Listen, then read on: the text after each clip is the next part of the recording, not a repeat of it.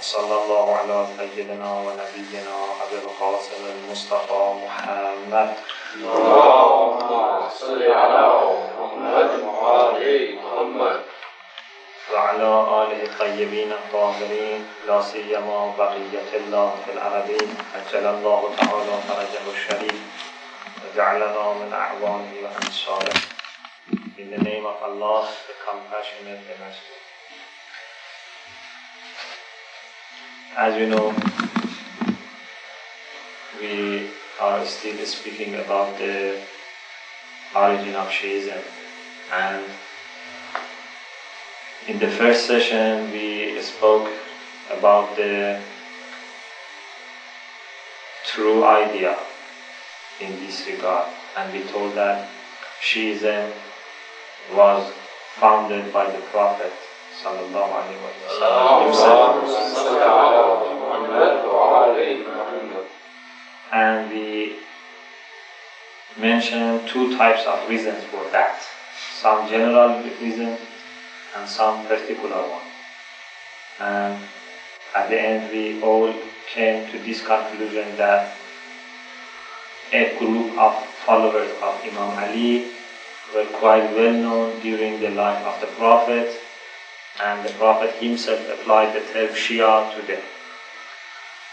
In the second session we spoke about another view which says that Shi'ism just appeared after Saqifa,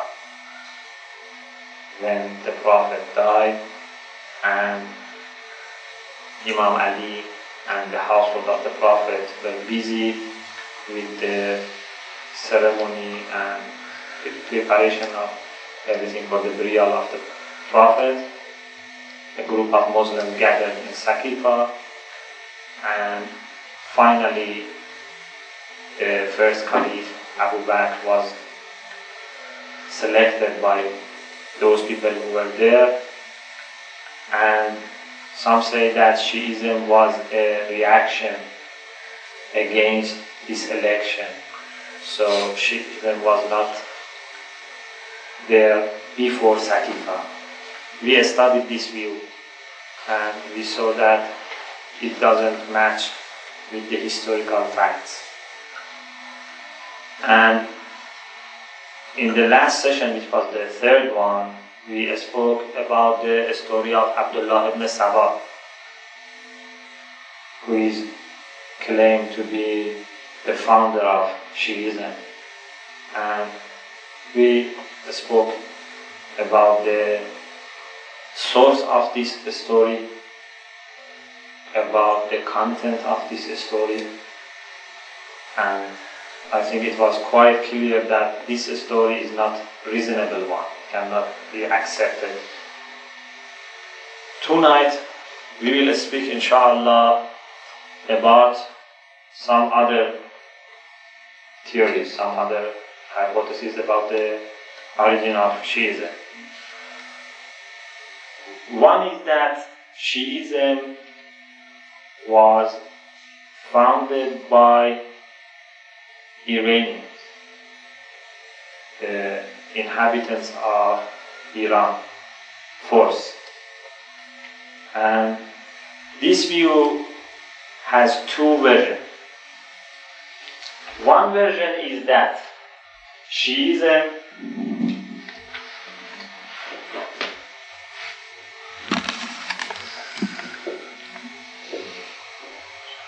was founded or created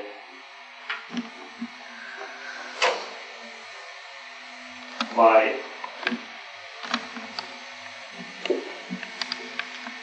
the Iranian people. And the second is that Shi'ism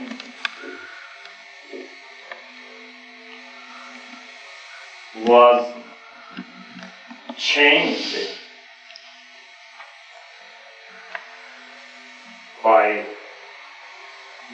the, you can say instead of Iranian, by the Fars people, or in Arabic by force. So, there are two versions. We should speak about each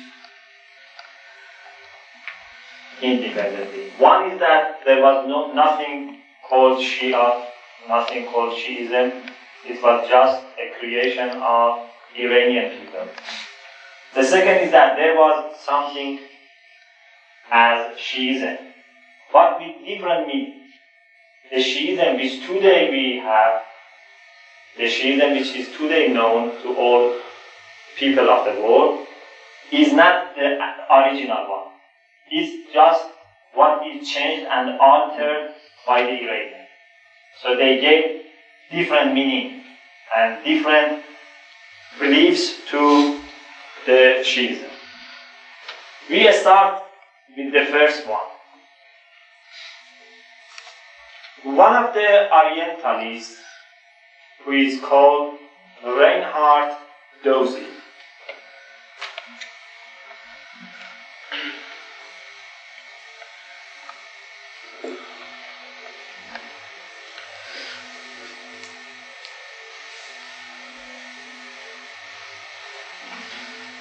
he was born in 1820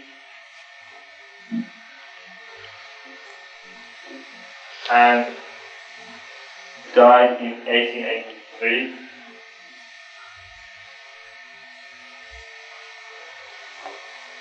He developed the first version. So now we just want to speak about the first one, and then inshallah, if we have time, we'll speak about the second. This man has developed this idea, and he says that Arabs were not familiar with the idea of hierarchical government, the idea of monarchy. They were just some people who had very simple form of life. They were living in deserts. They were enjoying pure freedom. But the Iranian had sophisticated life. They were being governed by some strong kings, and there was the Persian emperor who was very strong, and sometimes you know that they were stronger even than the Roman emperor, and they had fight with each other. Sometimes they were victorious, and sometimes the Romans were victorious. So this Orientalist says that this is old.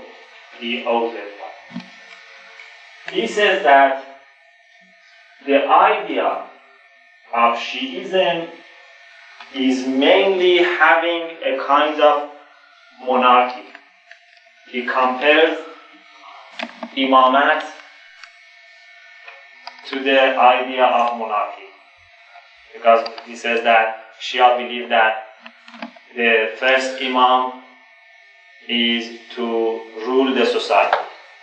After him, his son will be there, and then his brother, and then the son of the third imam, the son of the fourth imam, and goes on. It's a kind of hierarchical, inherited government or rulership. And he says that this idea couldn't come to the mind of Arabs who had very simple life, who didn't have any kind of government, any kind of rulership. They were just some free people living in deserts. Very simple kind of society. What can we say in response to this view is that, first of all, we knew that Shi'ism started during the time of the Prophet. So it was not something created as a heresy in Islam by the people of Iran. This is the first answer, which is enough.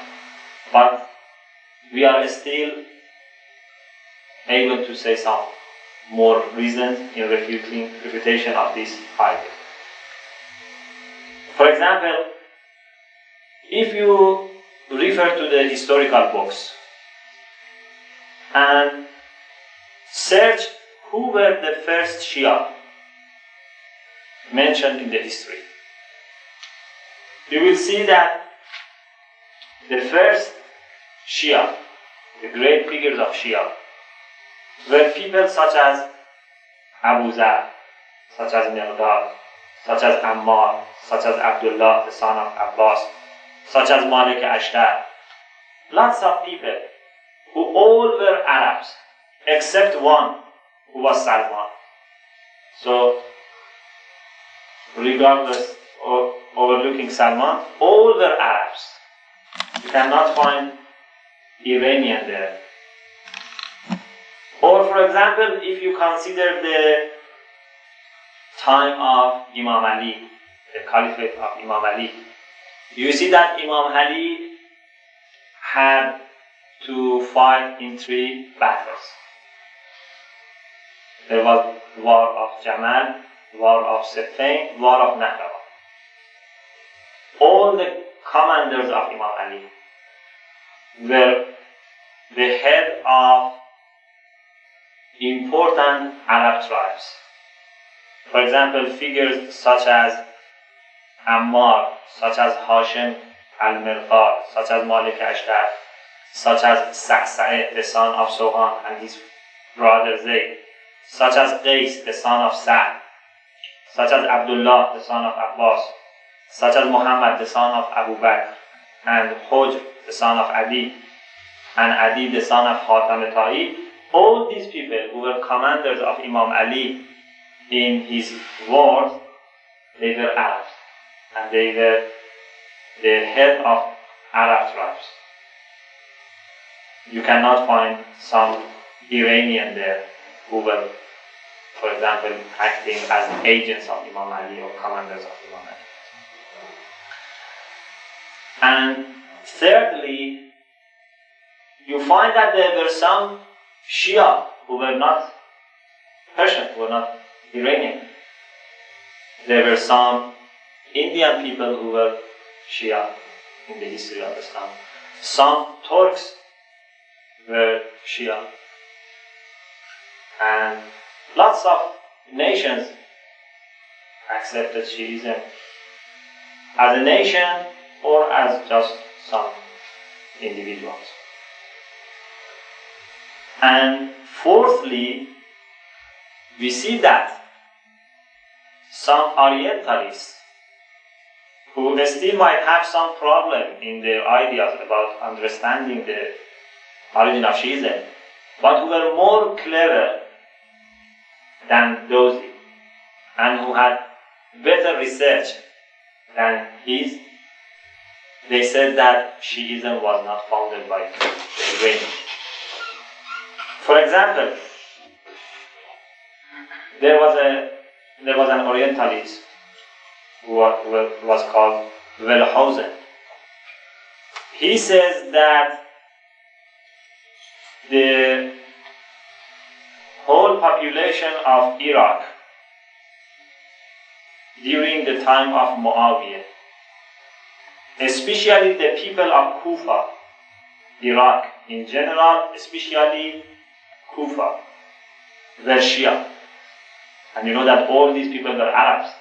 They were not Persian, they were not Iranian. And he says, Wellhausen, the Orientalist, says that Shiism was not only the idea of individuals. It was the idea of tribes, Arab tribes, and some head of Arabic tribes were also Shia. Or another Orientalist, Adam Metz, he says that against what some people, despite of the view of some people who believe that Shiism was a reaction from Iranian side to resist against Arabs and against Islam, he said despite this idea, all Arabic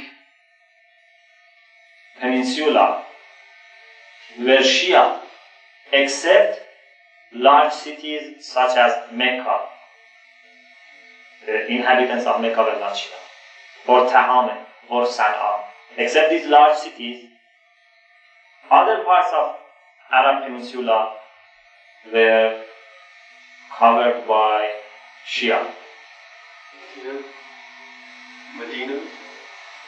No, Medina also was not inhabited by Shia. These big cities were Sunni territories. But some small cities or some medium cities, they were inhabited by Shia and dwelt by Shia, such as Amman and such as Sa'deh and other cities. And he himself goes on and says, other myths, he says, Iran were whole occupied by Sunnis, except the city of Qom. And I will explain it more. I am now just translating what Adam Metz has said. And he wants to show that how Iranians were strict in Sunni view to Islam. He said that the people of Isfahan were so strict in their devotion to Muawiyah that some of them were considering Muawiyah as a prophet. And you know, Isfahan was one of the big cities of Iran, still perhaps the second city of Iran. This is what Adam Metz says in his book. Of course, this book is translated into Arabic. I am reporting from the Arabic translation. Al-Hadarat al-Islamiyah means Islamic civilization, which is published in Egypt in 1347 after Hijrah, page 102, translated by Dr. Abdul Hadi Abu Rayya. So, what this Orientalist says, Dozy, that Shi'ism was founded by Iranians, is refuted by other Orientalists who had more research and they were more clever than him in understanding the history of Islam. And also, if you study the history of Islamic sciences, you see that most of the Sunni scholars were Iranian. For example, Bukhari was Iranian. Tirmizi was Iranian. Nesai was Iranian. Ibn Majah was Iranian. These are all people who have Sahih. Hakim Naysaburi was from Naysabur, one of the cities of Iran. Bayhaqi and lots of others, they were Iranian. So how Iran could be the place of Shia, but all people who come out of Iran were Sunni. And the sixth reason which we can say is that the history reports that when during the time of the second Caliph, the Islamic army, which was commanded by the Sa'd ibn Waqqas, the son of Waqqas, wanted to conquer Iran, people of Iran, because they were bored with the kingdom, Iranian kingdom, and they were so oppressed by them, so they very easily accepted Islam and converted into Islam. But the type of Islam which they accepted was the streamline, or you can say the general understanding of Islam, which was at that time Sunni type of Islam. And they didn't resist against Islam to say that, so because they wanted to resist against Islam, they created Shiism. People very comfortably accepted Islam, and the form of Islam which they accepted was the Islam which was presented by the majority of Muslims.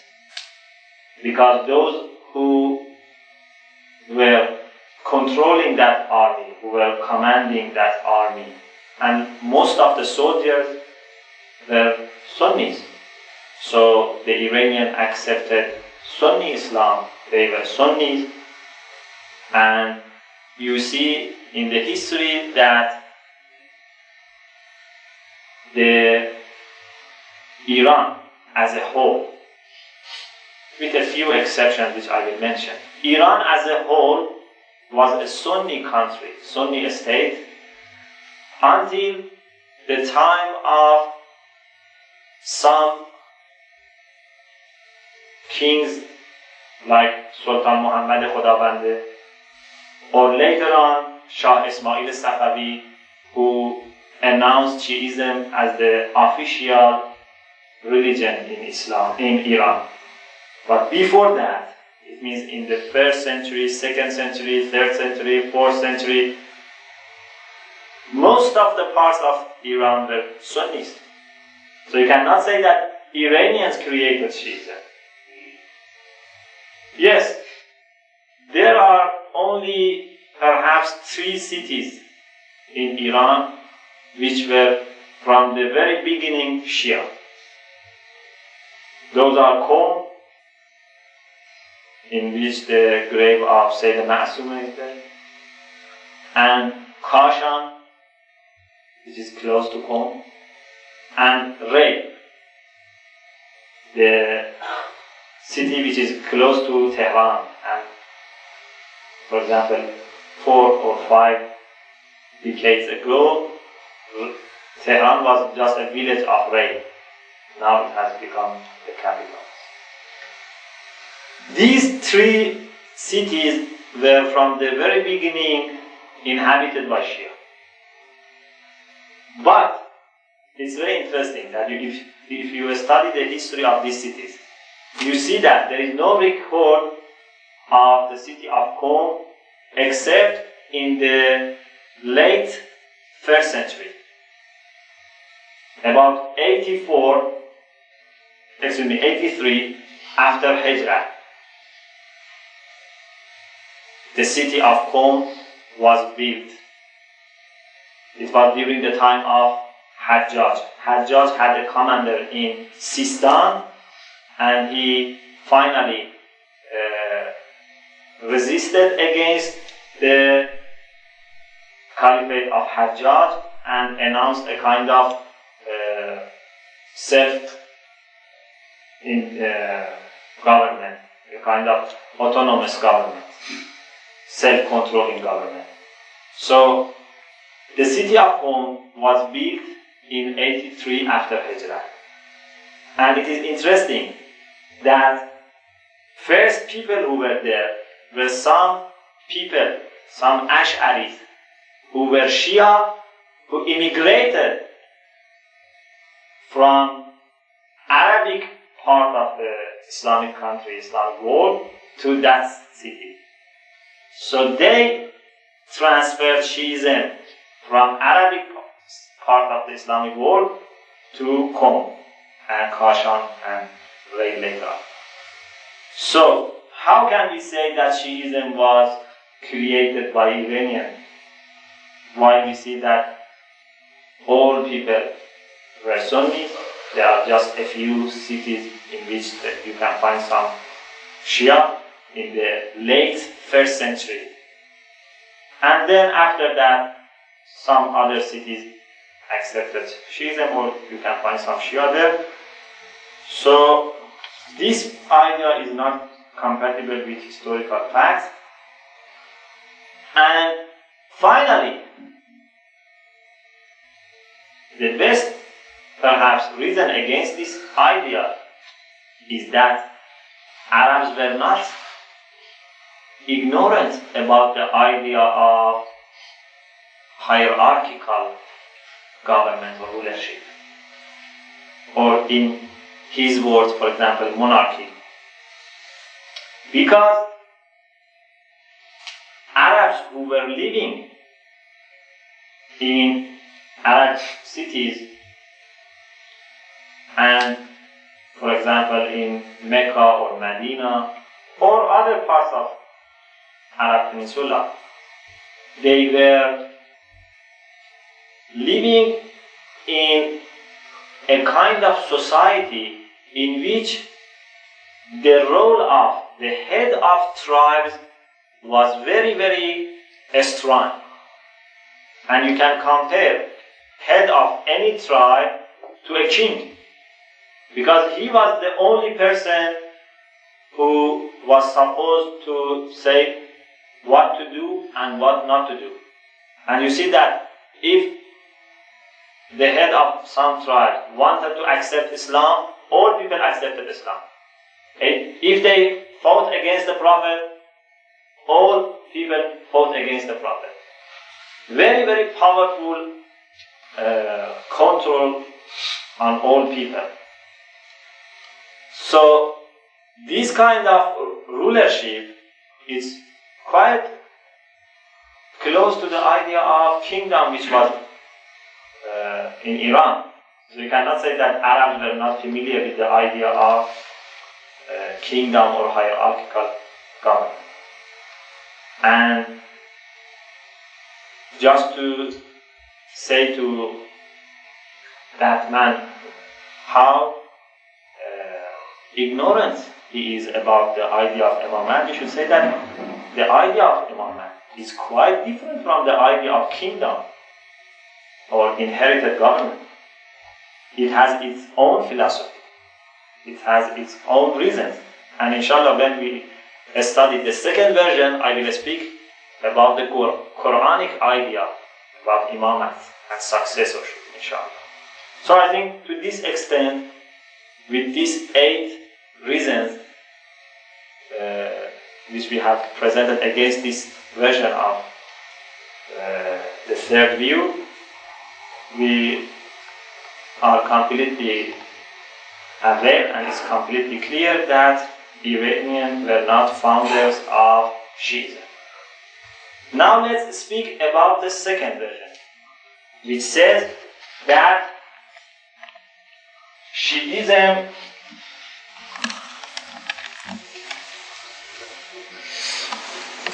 was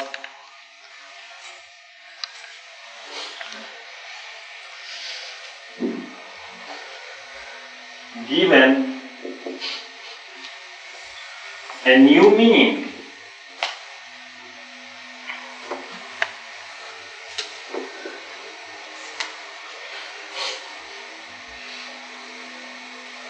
by the people of Iran.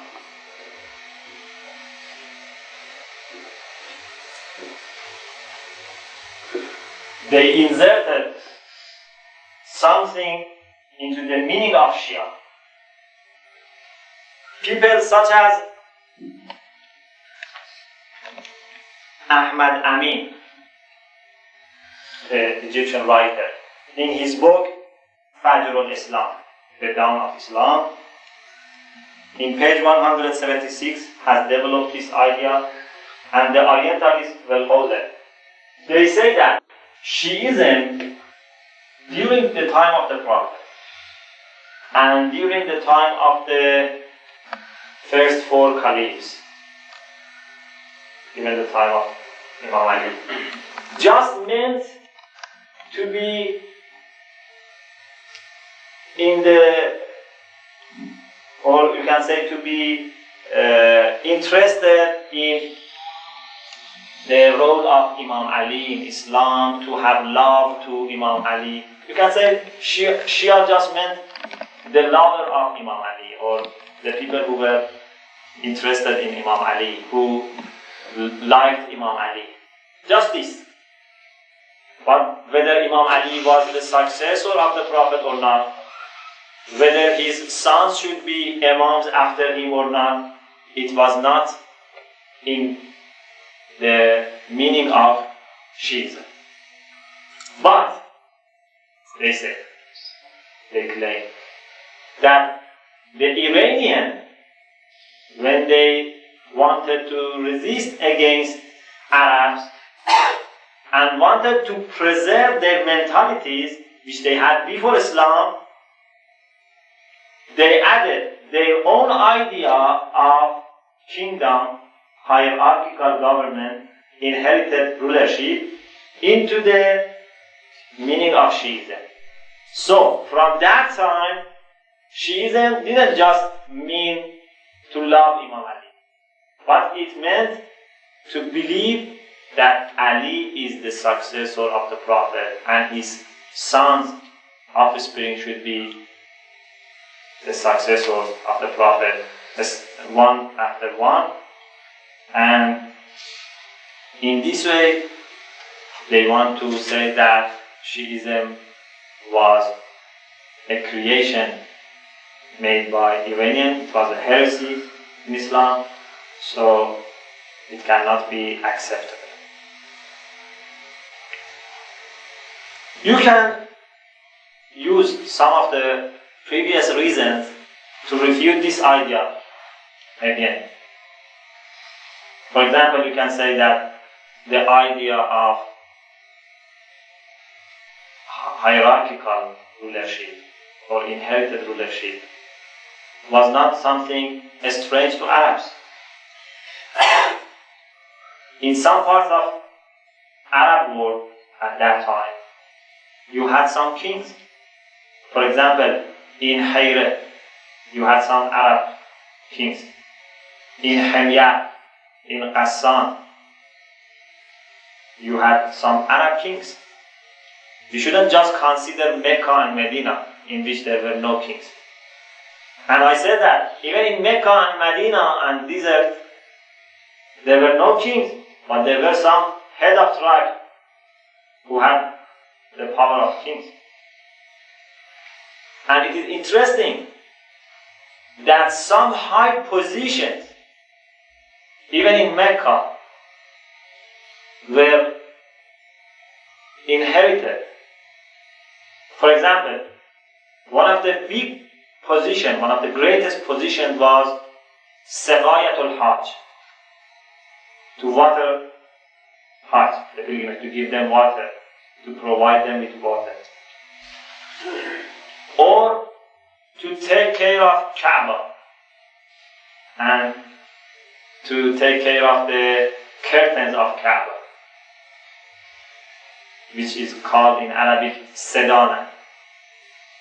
All these high positions, which were the sources of the respect for Quraysh, these jobs, these positions were specified to some particular families, and from father it was inherited by his son. And it is interesting that when the Prophet of Islam conquered Mecca, he didn't change this. For example, the sons of Shayba, Bani Shayba, they had the position to take care of Kaaba, and they had the key of Kaaba. When the Prophet of Islam conquered Mecca, he gave the key of Kaaba again to this family, the sons of Shayba. And it went on. So every son was taking over this job from his father. And of course, they started this during the time of Jahiliyyah, during the time of the ignorance. But Islam didn't disprove that, didn't reject that. So the idea of inherited position or rulership was not strange to them. And to have some idea about the Quranic view on the imamat and prophethood, we have to say that according to the Holy Quran,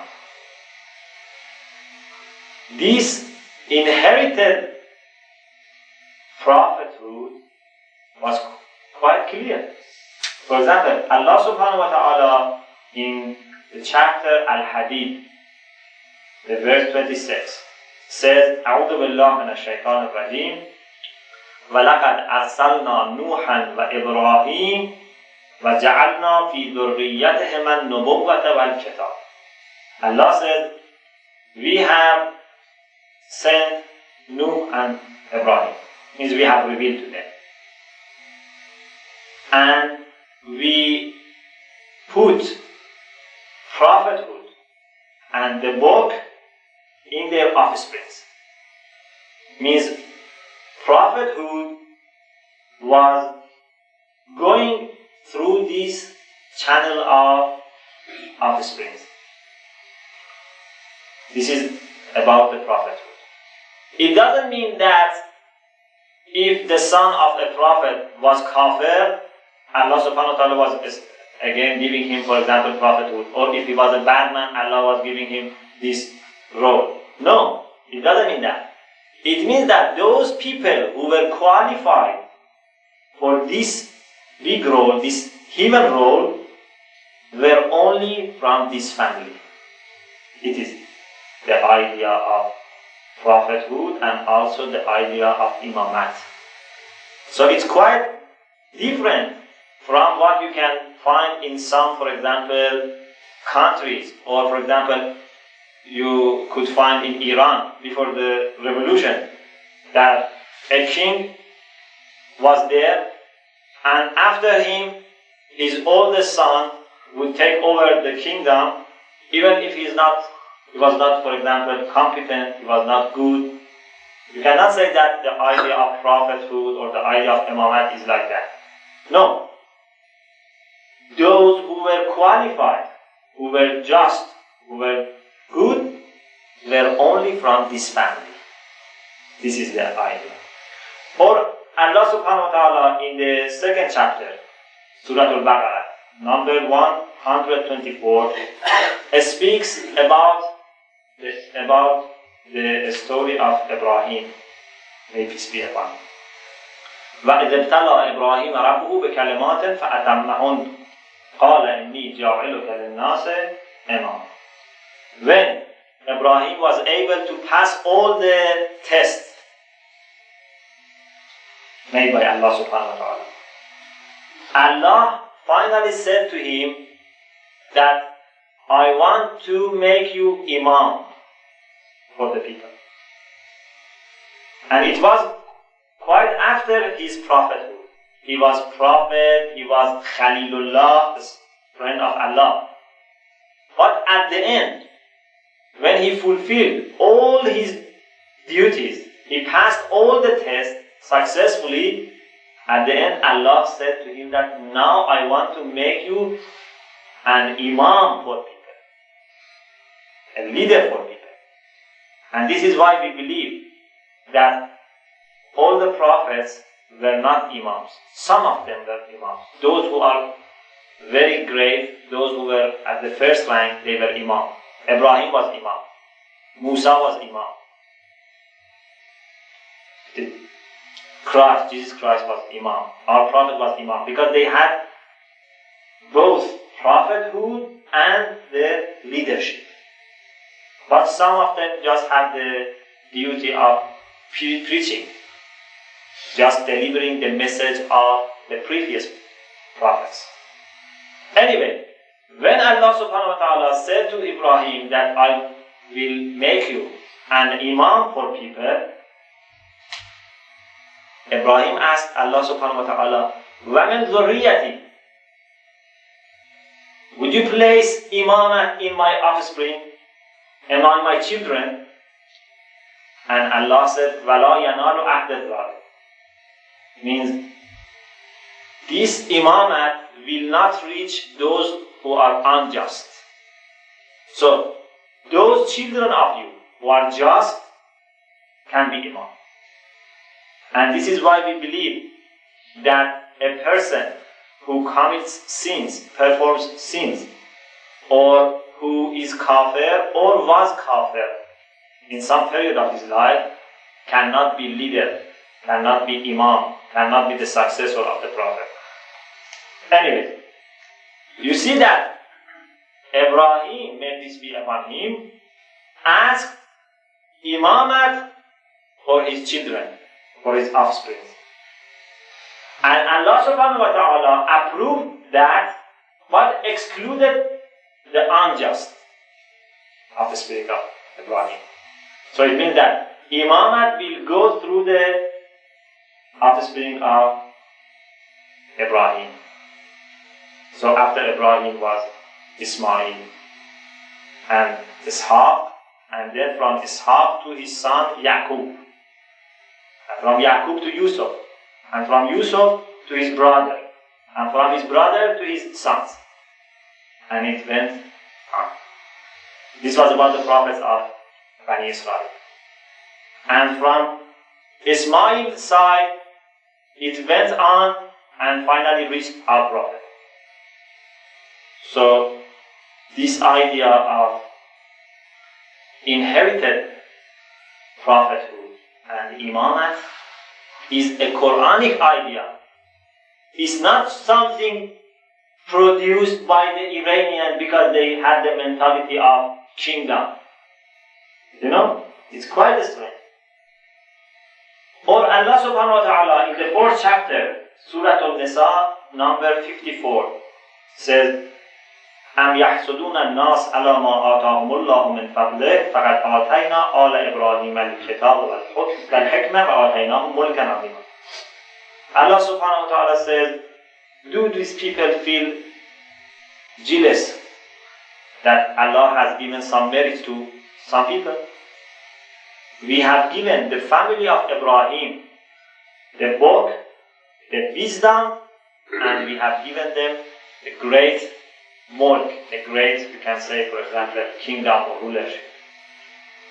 To the family of Ibrahim, not to Ibrahim himself, to him and his sons, his offspring. So, this idea is a Quranic idea. So, if Shia believe that after Imam Ali, his son will be the successor, it's not because his son was only his son. Imam Ali had other sons. Or in the case of later Imams, you see that there were some sons of our Imams who were not even respected by Shia. Like Ja'far Kazzab, Ja'far the liar, who was the son of the 11th Imam, the 10th Imam, the uncle of Imam Mahdi. And he was a liar, he was doing fast, and he wanted to be Imam, but Shia didn't respect him, rejected him. So just to be son is not important. But to be qualified is important. And we believe that those who were qualified could be just from this family, because this family had very, very clear, clean and pure history.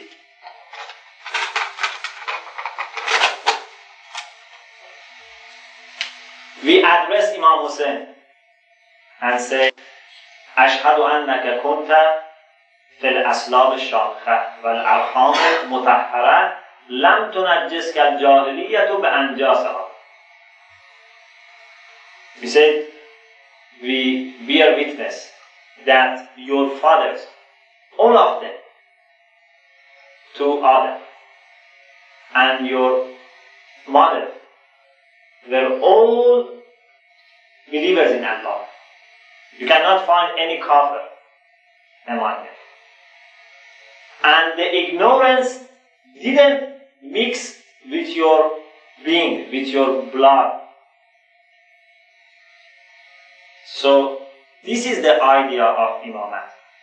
You might not believe in imamat, but anyway you should understand it properly. You shouldn't compare it to the idea of kingdom. And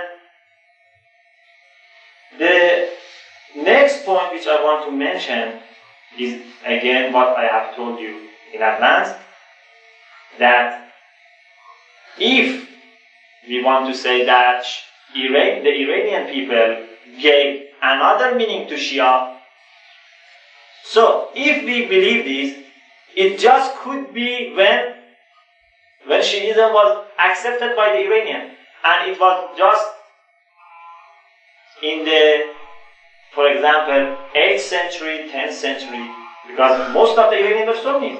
How could they give another meaning to Shia or Shiism? And finally, we have to say that there is no recognition of the term Shiism by Shia scholars other than the belief in the successorship of Imam Ali and his son because of the teachings of the Prophet. We do not recognize any other meaning for the term Shia.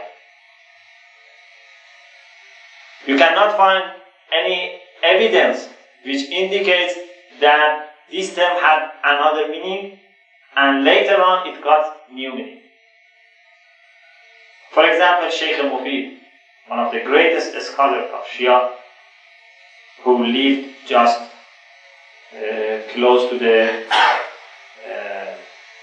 time of our Imams and the lesser Bay'ah of Imam Mahdi. He says, الشيعة من دان بوجوب الإمامة ووجودها في كل زمان. He says, a Shia is the person who believes in the necessity of imamat and in the presence of imam at any age. There should be an imam at any age. If there is no imam, the world will be corrupted. It's not just after the Prophet of Islam. From the beginning of the world, whenever there was a world, there was a hujjah from Allah. There was a perfect man then. Once there was Adam, once there was Musa, once there was Ibrahim, once there was Jesus, once there was our Prophet, and then the Imams. There should be a perfect man there always. So Shia believe in the necessity of imamat and in the necessity of the presence of imam. There should be an imam there. And he goes on and says that they believe in the necessity of imamat and in the person who is to take over this job just because of nas, means because of the teaching of the Prophet. We do not believe that Imam Ali was Imam because Shia selected him or elected him, or because he was a very good man or something like this, and we recognize that something like this. We believe that Imam should be appointed by the Prophet sallallahu alaihi wasallam. And we have some traditions in which the Prophet sallallahu alaihi wasallam mentioned the names of all Imams, one by one. 12 Imams, their names are mentioned by the Prophet. And for example, there is a tradition from Jabir, one of the great companions of the Prophet, in which the Prophet mentioned the names of Imams. Imam Ali, Imam Hassan, Imam Hussein, Imam Sajjad. And when the Prophet reached to the name of the fifth Imam, Imam Baqir, said, you will be able to meet him and say my hello to him. And then the Prophet went on and mentioned the name of Imam Sadiq to the end. And Jabir was able, he had such a long life that he was able to visit Imam Baqir and reported the tradition of the Prophet for Imam Baqir. Anyway, so you cannot find any other meaning for Shia recognized by Shia figures from the beginning, other than this meaning. Yes, you might find some other meaning for Shia, as I told you in the first session. For example, you can find Shia applied to the followers of Muawiyah. You can find Shia just means aider. But this group, this party of followers of Imam Ali, from the very beginning they had this idea. You cannot, for example, find some people who were Shia in the first century who had some other view about Shiism, and then in the second century Shiism got another view. This is very important. I think the time is over. If you let me just as conclusion, I would like to read a few words which I have written in English as a summary of our discussion tonight. This hypothesis puts forward that Shiism was created by the Iranians or the Fars. There are two versions of this hypothesis. A, the Iranians founded it. B, the Iranians didn't found it. The Arabs did, but the Iranians accepted it and then changed it. Version A. This view is developed by Reinhard Dozy, the Orientalist. He believed that according to Arab minds, there was no place for saying that the successor is the son of the leader, because the Arabs didn't have a sophisticated society. They lived freely in the desert and as tribes. But the Iranians were accustomed to this kind of government. So when they accepted Islam, they refused the idea of election of the successor, and so put forward the idea of this kind of leadership. But because the Arabs were accustomed to freedom, so they believed the people should elect. Thus Shiism was founded by Iranians. This is the idea of those. And in short, we can say this cannot be accepted because Shiism appeared during the life of the Prophet ﷺ, and they were known by this title. Also, the first Shia people were Arabs, except for Salman. For example, Abu Zar, Miqdar, Malik, Ashraf, all these people were Arabs. In the war during the time of Imam Ali, both armies were of Arabs. Not only the enemies were Arabs, both were Arabs. Also, many Turks and Indians were Shia, so there is no place for this theory. There is evidence to show the first Shias were Arab, and Shiism was founded by or started by Arabs. So the birth of Shiism was not Persian. It was just made by the Prophet. And when we study the historical books, we find that Iranians were not Shia at the beginning. So it cannot be understood how people can write books and express these ideas when they don't know the facts. Most of the Iranians were Sunni, and they accepted Islam during the time of the second Caliph and then the third. And they were, as the majority of Muslims, it is Sunni. This was until the time of Sultan Muhammad Khudavande or Shah Ismail, and before that you cannot find Shia as the main religion in Iran. So the majority became Shia during the 10th or 7th century. Before that, only Qom, Kashan and Ray were constantly inhabited by Shia. This is the explanation of the first version and the refutation of that. And about the second one, version B, this was expressed by people who were more clever than those who gave version A. They say that Iranians did not found Shiism, but they changed it. For example, Ahmad Amin, in his book Fajrul Islam, said that during the time of the Prophet and after, Shiism meant only to love Ali. But then the Iranians changed the meaning, so it meant that Ali should be the successor of the Prophet. Thus they gave Shiism a political meaning. At the first it didn't have any political significance. The people who put forward these two versions did not pay any attention to Arab culture. In the age of ignorance, the idea of hierarchical, not elective, was very powerful. The Arabs lived in tribes and the leader was the son of the last leader. Some important positions of Mecca followed this system.